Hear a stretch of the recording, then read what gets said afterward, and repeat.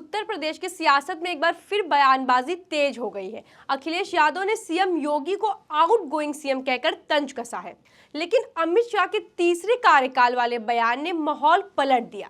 अब चर्चा गर्म है, क्या 2027 में भी योगी जी ही होंगे बीजेपी का चेहरा?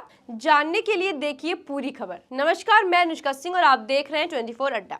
लोकसभा में वक्फ संशोधन विधायक 2025 पर चर्चा दौरान अखिलेश यादव और अमित शाह के बीच कई टकराव हुए जो यूपी की राजनीति से जुड़े हुए हैं।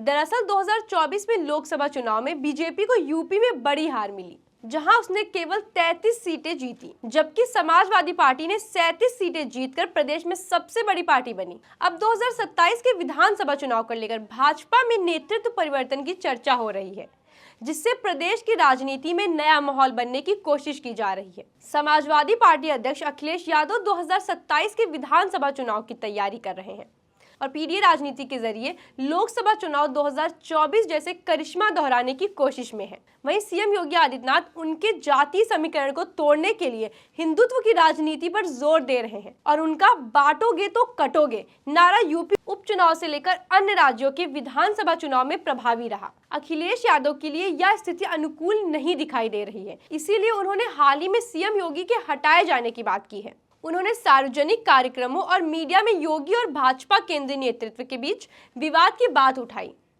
वक्फ संशोधन बिल पर चर्चा के दौरान भी उन्होंने यह मुद्दा जोर से उठाया, जिस पर अमित शाह ने सीएम योगी के तीसरे टर्म की बात कहकर सनसनी मचा दी। वक्फ संशोधन बिल 2025 पर चर्चा के दौरान विपक्ष ने कई मुद्दों को जोरदार तरीके से उठाया, जिन पर केंद्रीय गृह मंत्री ने स्थिति स्पष्ट की। इसी बीच अखिलेश यादव उठे और केंद्रीय गृह मंत्री से सवाल किया कि वे हमारे योगी जी के बारे में कुछ नहीं बोलेंगे।